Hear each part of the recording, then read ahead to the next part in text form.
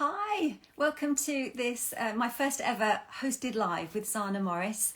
It's about fitness and nutrition, and hopefully there'll be some people joining really soon. Let me get started and tell you about Zana. So she is a celebrity fitness instructor and nutritionist. She is the author of The High Fat Diet and the founder of Strong Nutrients, which is her own nutrient range, and it is amazing. And I've been working with her for a couple of weeks now, and it's made a huge difference. So when I bring her on, we're going to talk all things kind of fitness and nutrition, particularly nutrition today, and probably bring in the the fitness on another episode. So I'm just checking to see if she's good morning. Some people are just there we are. Zana Morris. Can't see her. There we are. Go live with Zana Morris. Now, because I've said, hi everyone. This is, oh, you can't hear everything I'm saying. I've got it turned up. Hello. Hi, can you hear me? Can. Oh, it's all right. Someone just said they couldn't hear me, so I was having a little panic. Brilliant. No, I can hear you. Lovely. Right. Fantastic. Thank you. Hi, welcome. Thank you very much. Thank you. This is so good. Zana, I thought we'd start, but I'm just going to give a little bit of backstory to explain how we came to be working together. Yes. And then let's get straight into it. Perfection. So about 3 years ago, I had a recurrence of a breast cancer that I'd had 20 years ago. I had all the treatments for it, double mastectomy, reconstruction, and then kind of a sort of long recovery from that, which didn't go very well. 18 months later, I had another operation, and then last year was kind of spent doing physio, trying to get this area working correctly, and that was really successful. By the end of last year, I was starting to think I could start training again, and I did in January. And then I went plant-based, and then I started thinking, well, where do I go now? Because I need to build some muscle, I need to lose a bit of this midriff I've got going on. And then the chance to work with you came along, which couldn't, honestly, it was just like the universe had kind of opened a little portal and you just kind of flown in.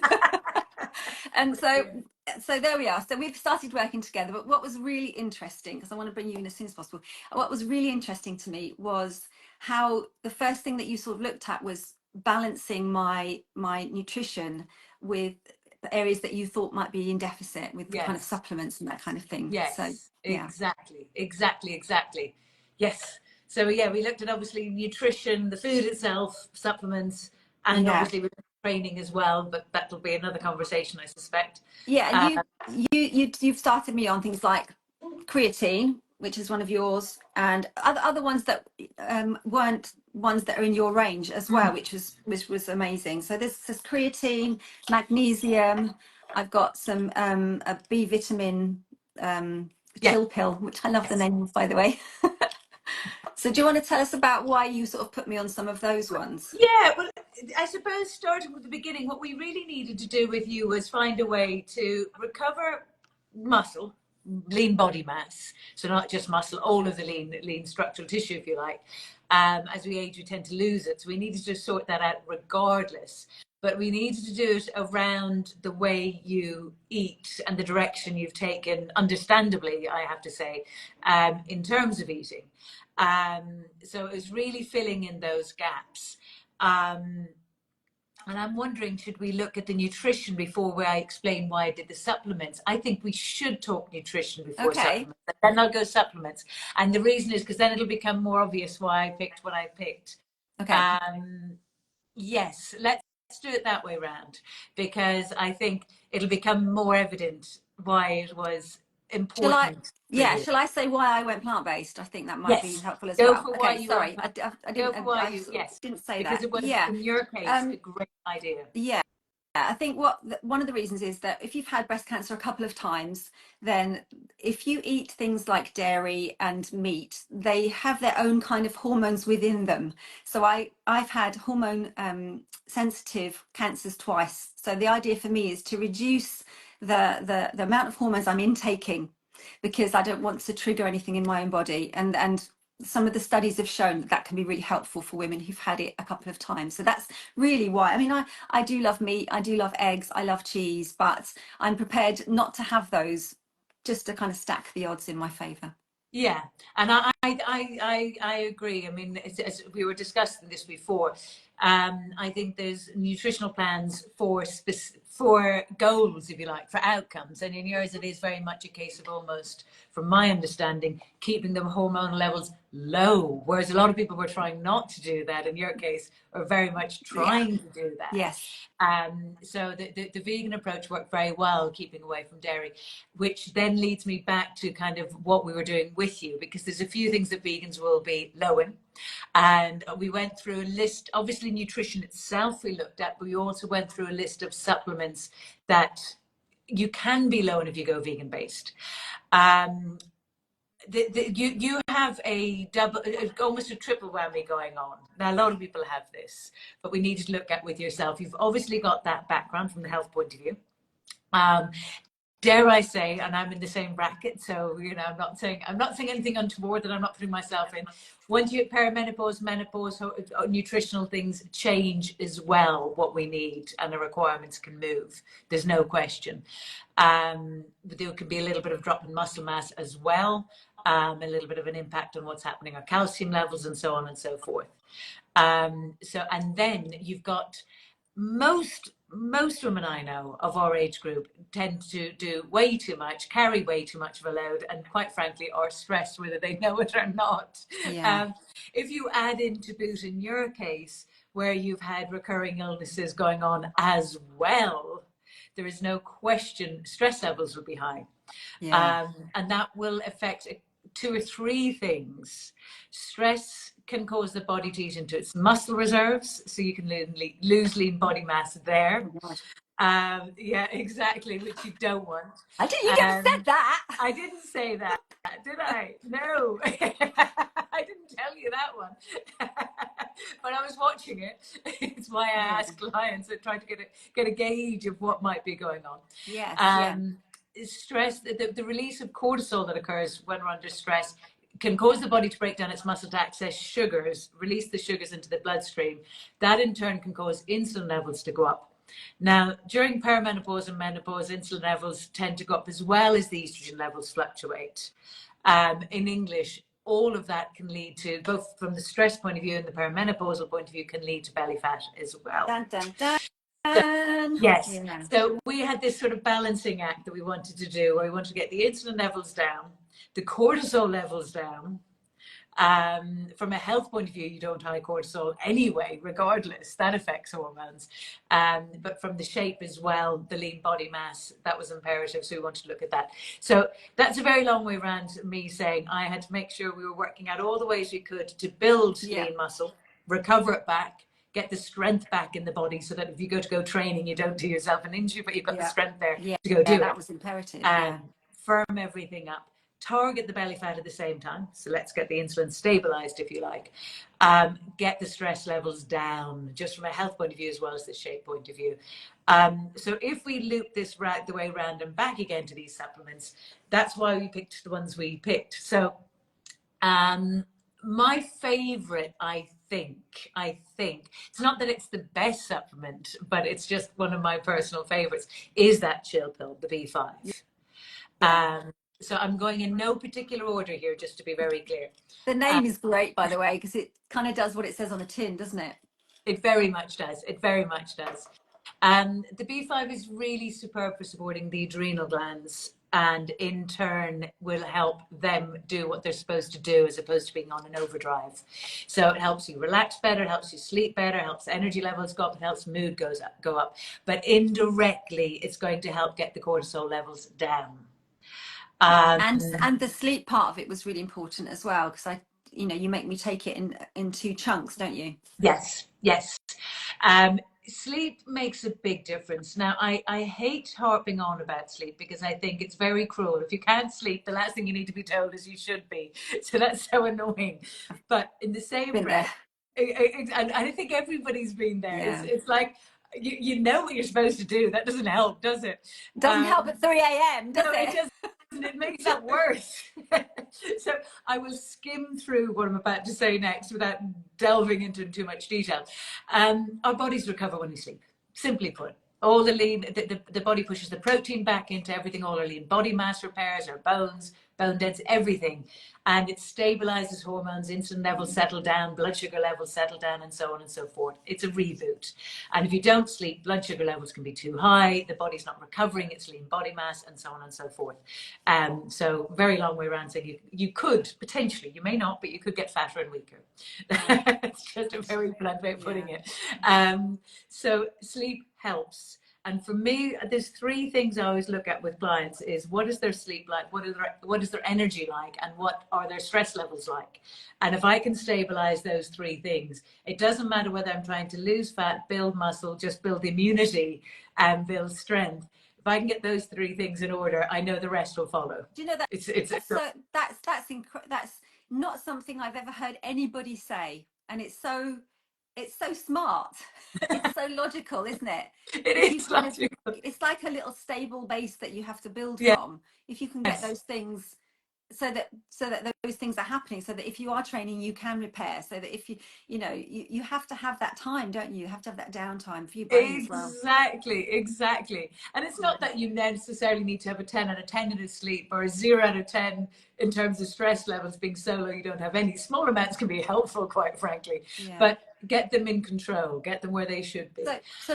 So what does that do then? What does that? The chill pill is superb, I believe. And we used to call it the happy vitamin when I studied nutrition. So it's superb for mood, for helping you relax better, for helping you sleep better. Right. I personally think now this is just my experience. I think it's one of the best supplements there is for sleep, even outdoing magnesium. And most people take magnesium. And that's not saying magnesium doesn't work for that and so on and so forth. It's just my experience.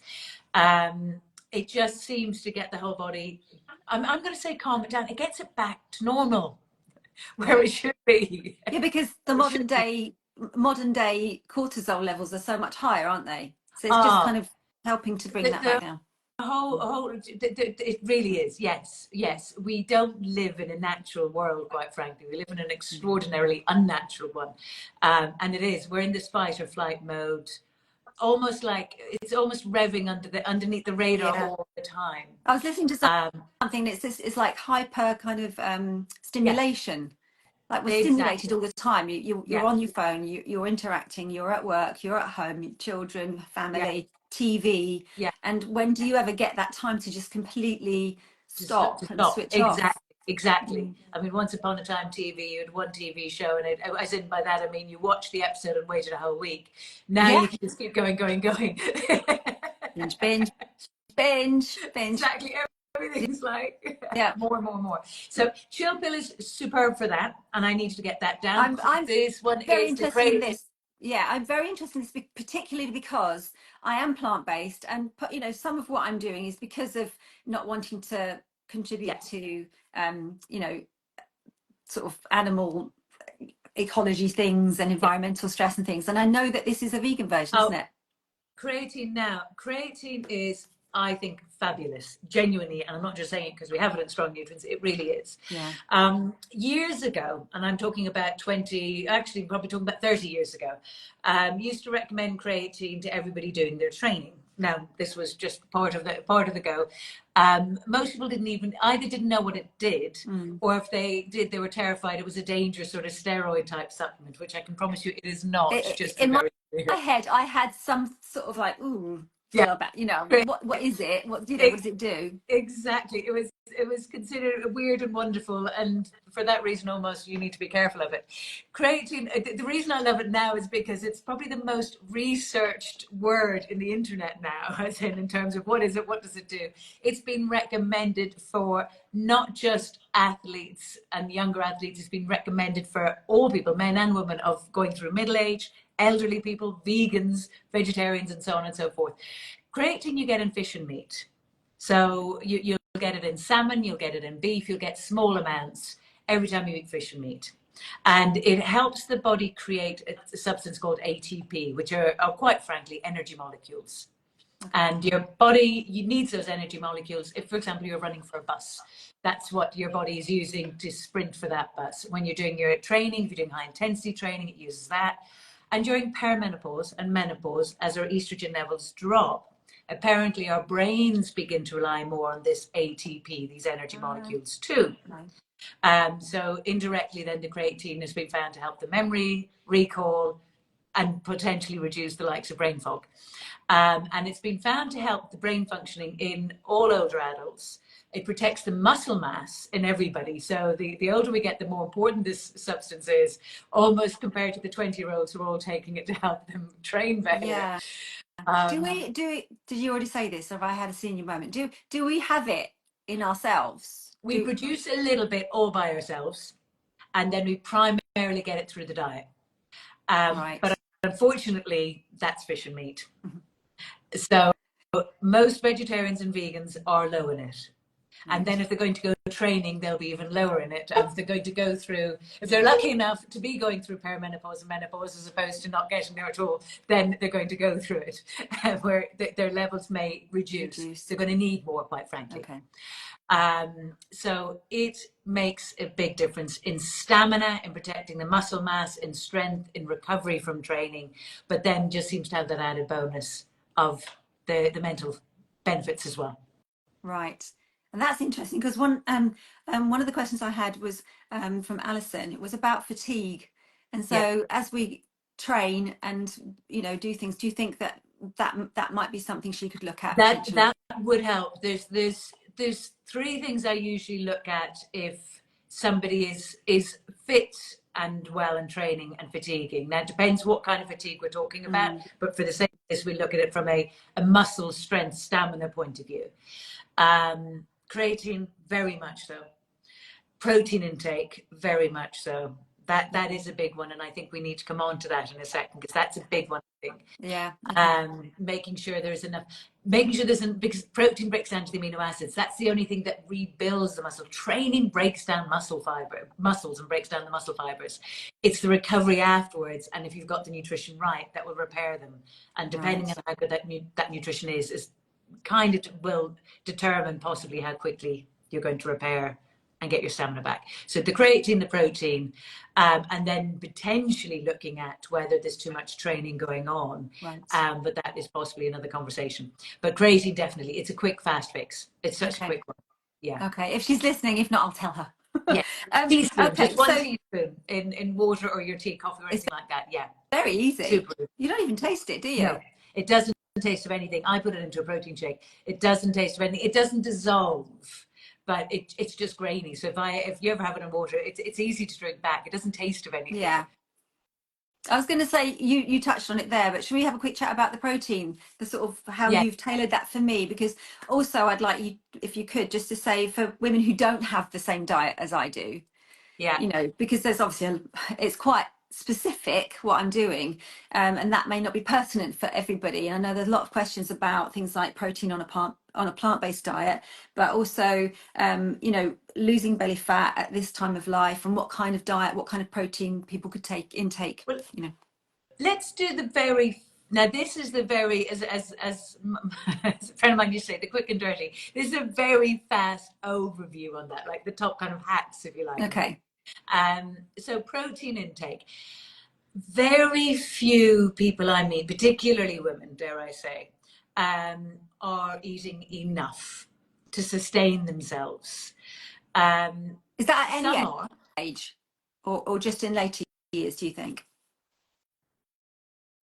I'm thinking, is it in any age? Yeah, it probably is in any age. Probably is. Very much in later years, but it probably is any age.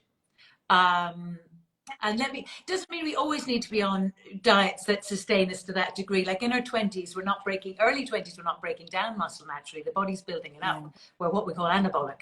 But once you get to the late 20s onwards, we become what we call catabolic. Our bodies are breaking down. So Embarrassing. it's very impressive, isn't it? So We're just roughly, fighting it all the time, aren't we? well, We're just like, we kind of are, yes. As there's plenty you can do to prevent it and keep turning it back, if you like. So we're losing we're roughly about half a pound of muscle a year from the age of 30, give or take. So it's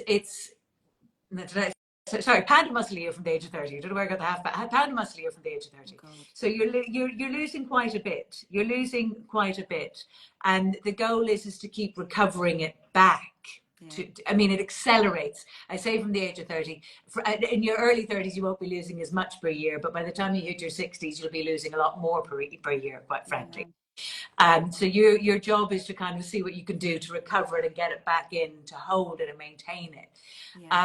It's estimated we need about 1.2, 1.3 grams of protein per day per kilogram of body weight to kind of maintain our muscle.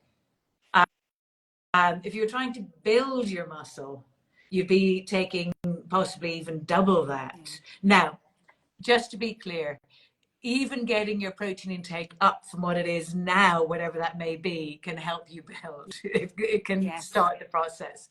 But to put that in perspective, just kind of start having start, exactly. So if you're looking at that, where it becomes more challenging on a vegan-based plan is those foods aren't always naturally as high in protein. So your 100 grams of steak, for example, might give you 25 grams of pure protein. Your 100 grams of lentils might only give you 11. Just kind of putting in perspective. So you have to work a little bit harder and a little bit smarter. Yes, you do. Yes, you do. Yeah, I have. That is the challenging thing for me, is to try and eat enough of it to and make you kind a difference. Of work in food combining and getting combinations going and so on and so forth. So the first thing when it comes to getting into shape and holding and for muscle tone and holding your lean is get the protein intake up. Now, the lovely thing when you get protein intake up, though, is you feel fuller. You don't feel like eating the sugary carbohydrate foods that are more likely to cause the belly fat. So I find even increasing protein can sometimes indirectly solve the issue of the belly fat, or at least start the process. All fat around the middle, so the tummy, the back, that kind of trunk, if you like, is related to the body releasing too much insulin. And that can be for a number of reasons. Biggest thing is just too much sugars or carbohydrates that are breaking down into sugars in the diet. But as you go through perimenopause and menopause, our insulin levels can increase as estrogen levels change. We can become more insulin resistant, as such, as they call it. I was going to ask you about, why do we get that at this age? You know, more prevalent to have it around your middle, kind of thing. It's those reasons. That's one of the big reasons. Now, I'm going to be straight up. I don't know, and I really don't know the answer to this one. Because it definitely happens during the perimenopause, menopause. A lot of women become more insulin resistant, and there's ways to counteract it without question. But that's what can happen. I'm not sure if it's because our sleep patterns can get thrown out the window, because our blood sugar levels then don't stabilize overnight, which means our insulin levels will be higher. So I often wonder if that's connected to it. Or if that's just as well as, and then you've got two things going on, which it might be. But either way, it does occur. If you're not sleeping well, annoyingly, that can affect insulin levels, sadly, which is why it's great to find little hacks to help the sleep. I'm going to come back to another supplement we mentioned if anyone is suffering from poor sleep, because these two combined can wrap it very nicely. So menopause, perimenopause can cause that insulin increase, and that little increase around the belly. Stress does it too.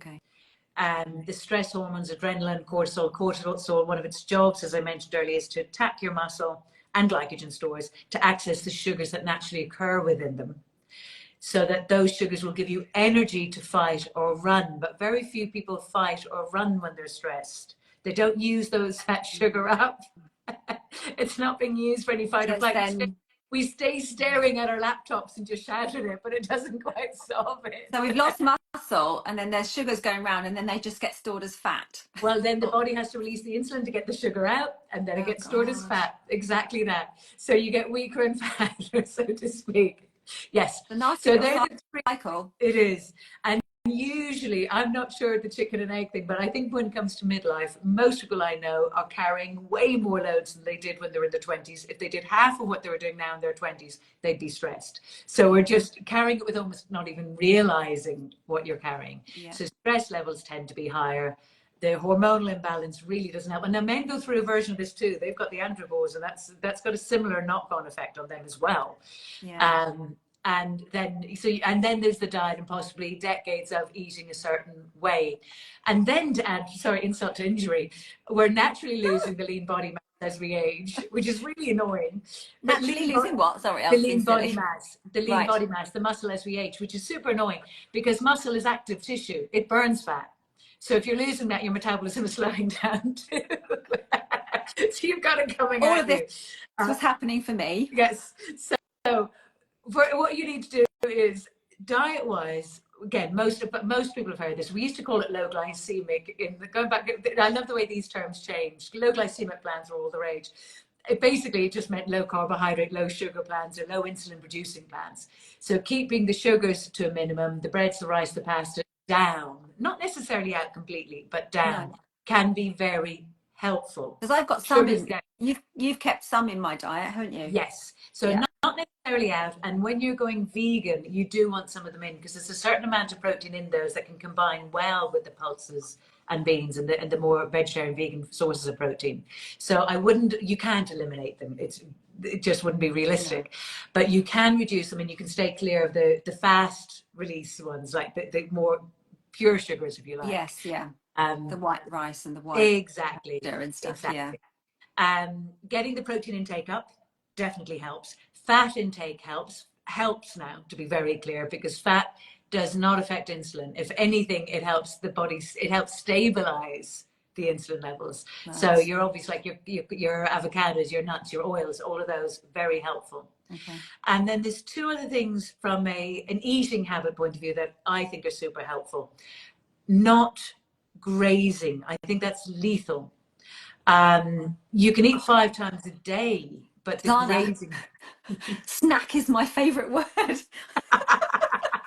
Like it literally is. It is. My daughter knows this if she's watching. Yeah, I have stopped. I have stopped Good snacking. girl. Honestly, I'm very, very rigid now. So, but It's a yeah, fast way to deplete energy.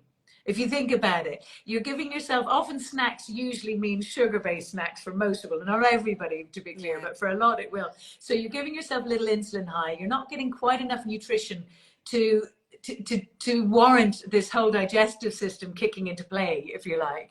So you're probably going to lose more energy than you get out of it because you've eaten. So your energy levels will probably dip, but you'll have increased your insulin, and you're kind of constantly topping up your insulin when you're snacking. yeah, It never gets to flatline. So even if you eat 5 times a day and it's a proper little meal, that's okay, and more based around protein. That's not the issue. It's the grazing where there's no gaps. And without going into this into too much detail, intermittent fasting, the 16-8 game, I think can be very, very helpful. So again, you get that space for the body to stabilize and reset and rebalance, if you like, and the body starts switching into converting the fats into a form of fat that it can use readily for energy. So the intermittent right, fasting is great for energy too, overall. So those can all help stabilize the insulin, reduce the belly fat. It's not about reducing calories. That doesn't work in my experience. It doesn't work at all.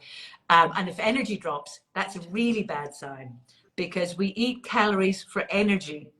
And if energy drops, it means your body's not getting use of those calories. It's just storing them. right. So good energy to me is imperative. You're only good Actually, at losing I have fat. to You're say, good. yeah, so far on this, and I've been doing it sort of, this is my third full week of actually doing the diet now. And I haven't lost energy, which there was a point in the first week, it took me, I think everything was kind of going, what are you doing? Yes. You know, where's all the nice sugary things gone? Not that I have that many, but you know, where have they gone? So I think the first week was pretty tough. My husband and I got to the end of, because he's been doing it with me, and we got to the end of the first week and we were like, pasta. So we found some high protein pasta that we knew you would approve of, and that was great because we could still have it. But Yes. it's taken a little while. Now I feel like I'm on a bit of a roll with it, and I've had a few days of very busy times where I'm actually, where before I don't think I would have had as much energy. I do feel different. I do Yeah. feel like I've got a bit more to pull from. Yeah. You've more stamina to carry you through. Yeah. So, and that's exactly it. And that really is how you should be feeling. It's exactly how you should be feeling. If I may I jump back onto the supplements, because we're mentioning you being vegan, and there's a range of supplements. Now, these aren't just strong nutrient supplements, but I think it's useful to mention the ones that I put you on. Right. Yeah. And we can kind of go through. So just to be clear to anyone listening, we were doing vegan for a very specific reason. Now, I'm neither recommending someone go vegan or don't. I think there's pros and cons. There's faster ways to reduce belly fat and increase lean body mass by not being vegan, just to be clear. And I think there's faster, easier ways to increase your stamina if you're not, and so on and so forth. But if the choice is to be vegan, well, then that's a whole other conversation. And then it's worth looking at, maybe not everything, but the main players that can come in on this. So based on the fact you were vegan, from the health point of view, we're looking at everything, the mixture of the time of life and getting the muscle strength back and so on and so forth. Well, we mentioned the chill pill, we mentioned the creatine, there were big ones. Magnesium was another big one, which I think you were taking already. The magnesium. I was taking a different one though, and this is better. Well, this makes me sleep better, so you know. The citrate is quite a highly absorbed form, usable form, if you like, in the body. So the magnesium is another one that helps sleep, which can help the cortisol levels, which can help also the blood sugar levels, and so on and so forth.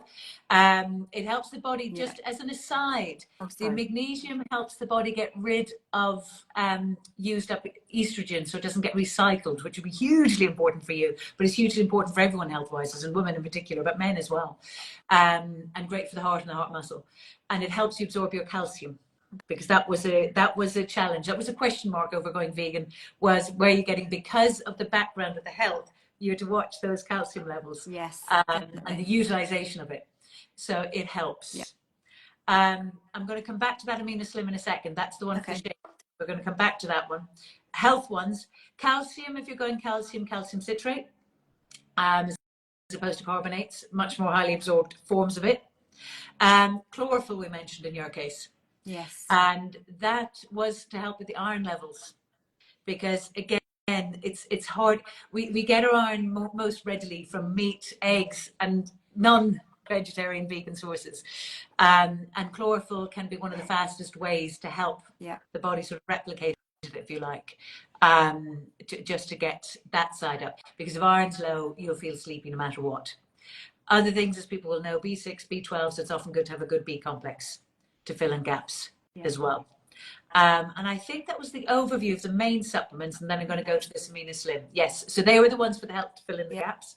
Amino Slim, for anyone trying to lose the belly fat and firm up, that is simply amino acid. It's L-ornithine.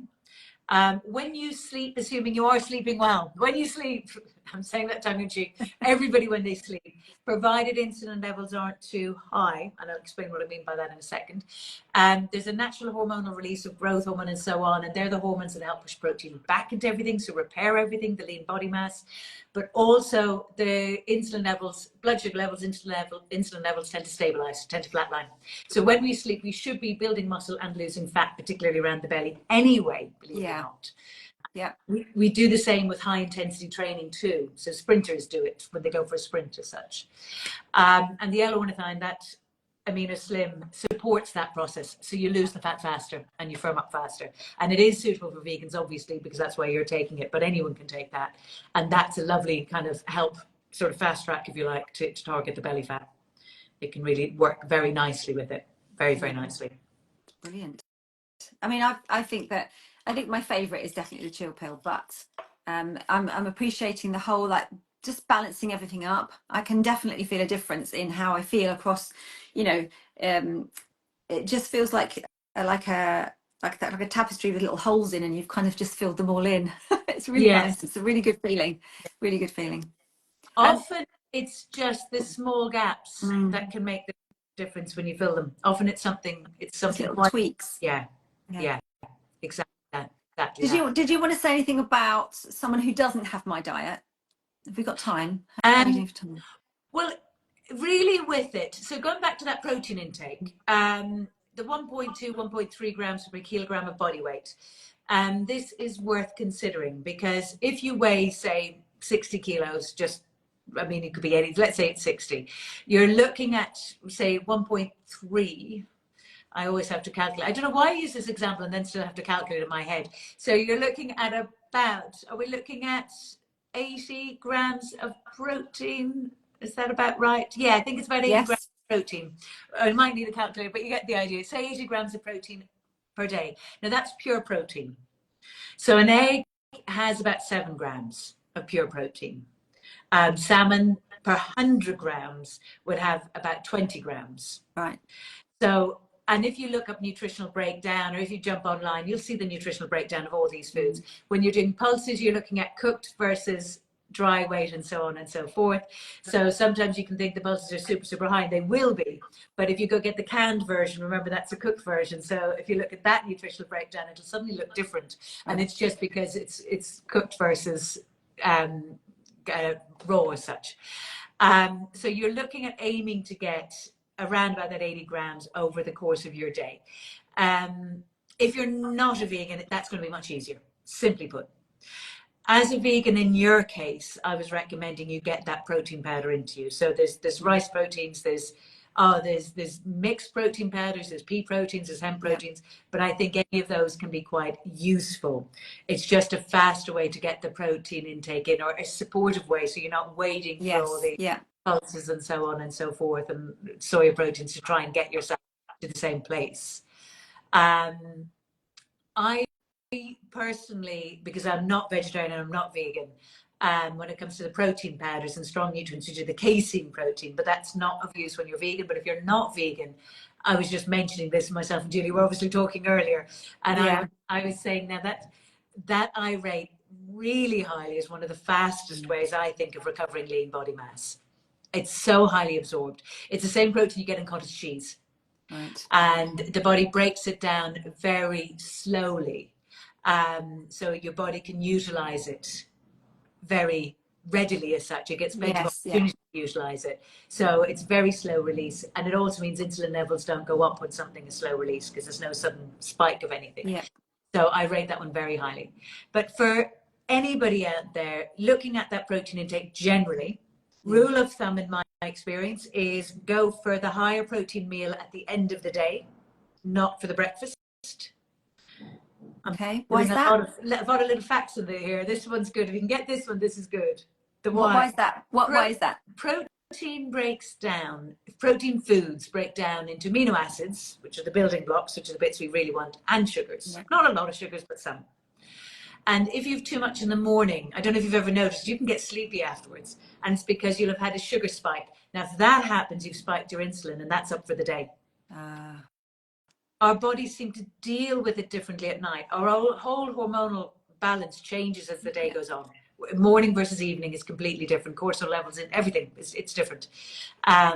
So we seem to deal with it better in the evening. So I would go higher in the evening. And the other reason I like to go high in the evening, because it will carry you forward to the next day effortlessly. Your next day will have begun the evening before. If you wake up really hungry, you just have to ask yourself what you ate the evening before.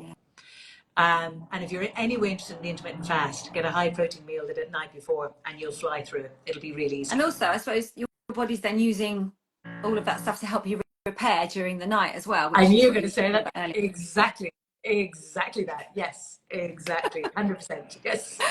Yes, brilliant. So that's what I would look at. Because the other rules stay the same.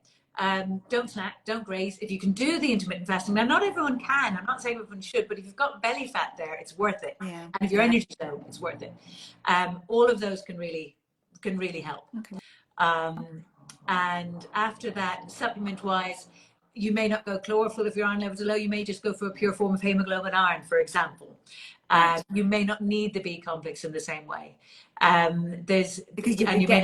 You'll be getting it in other areas of your diet anyway. And equally, you may not need the iron in the same way. The creatine, though, is useful even if you eat fish or meat. Now, if I take, and I eat fish and meat, and if I take creatine, I'll still notice a difference in my stamina, which really begs the question of how dramatic is the difference if you're vegetarian or vegan. then I think it's more dramatic Yeah, again and yeah. more exciting. I think it's I'm thoroughly enjoying this whole thing. It is absolutely enlightening, and next time we meet, we're going to talk about the fitness side of it, aren't we? And how you're helping me find my glutes. Yes. Exactly, exactly. Well, the whole point of this was just to really get your body back into a place of strength, if you Yeah, like. I mean, there was a little bit of belly fat you wanted to lose, which I don't think is too hard once you start switching it. Because sometimes, if you just, unless there's a lot of weight to lose, now that's a different conversation, I yeah, think. But if there's only about a few inches around the tummy to lose or less, I think if the focus goes to building lean body mass, you'll find you drop that fat quite readily. It right. almost happens by itself, Yeah, almost. great. That's exactly. And we're looking at a sort of basically over a kind of 3 month period, aren't we? This kind of, you know, working itself through, and me being able to lose that. So it's not a super quick fix. That's what, because I didn't want to lose weight. I just want to kind of transfer everything. Yes, that's a really good point. If we are wrapping up, then that's a Yeah, point worth wrapping up on. This is not about weight loss. The last thing you want to do is, as we get older, is yeah, just lose weight. Because honestly, the most anti-aging, if I can use that expression, anti-aging thing you can possibly have, the youngest thing on your body, if you like, the thing that keeps you young is your muscle. It's your lean body mass. It's your protein in the skin. It's the firmness in all the muscle that takes and the muscle itself that takes the pressure off the joints. It's the organs, everything being properly repaired and dense, if you like. yeah, They almost become porous as we age, and you don't want to just lose weight. Belly fat, yes. yeah. Fat around the hips is completely up to you. There's nothing wrong with it from a health point of view at all. But belly fat, yes, from a health point of view, you want to get that down. So it's really got to be about a measuring tape, and less about what's happening in the scales. Definitely. Brilliant. Perfect. Should we wrap it up there and then come back next time and talk fitness? Yes, Fantastic. perfection. Thank you. And any other questions anyone's got, just ping them and I can forward them to you perhaps, and we can chat about that next time. But yeah, thanks so much. Wonderful. Thank you. Yes. See you See soon. you soon. Thanks very Bye-bye. much. Thanks for Bye. everyone for joining us as well. Thanks. Bye.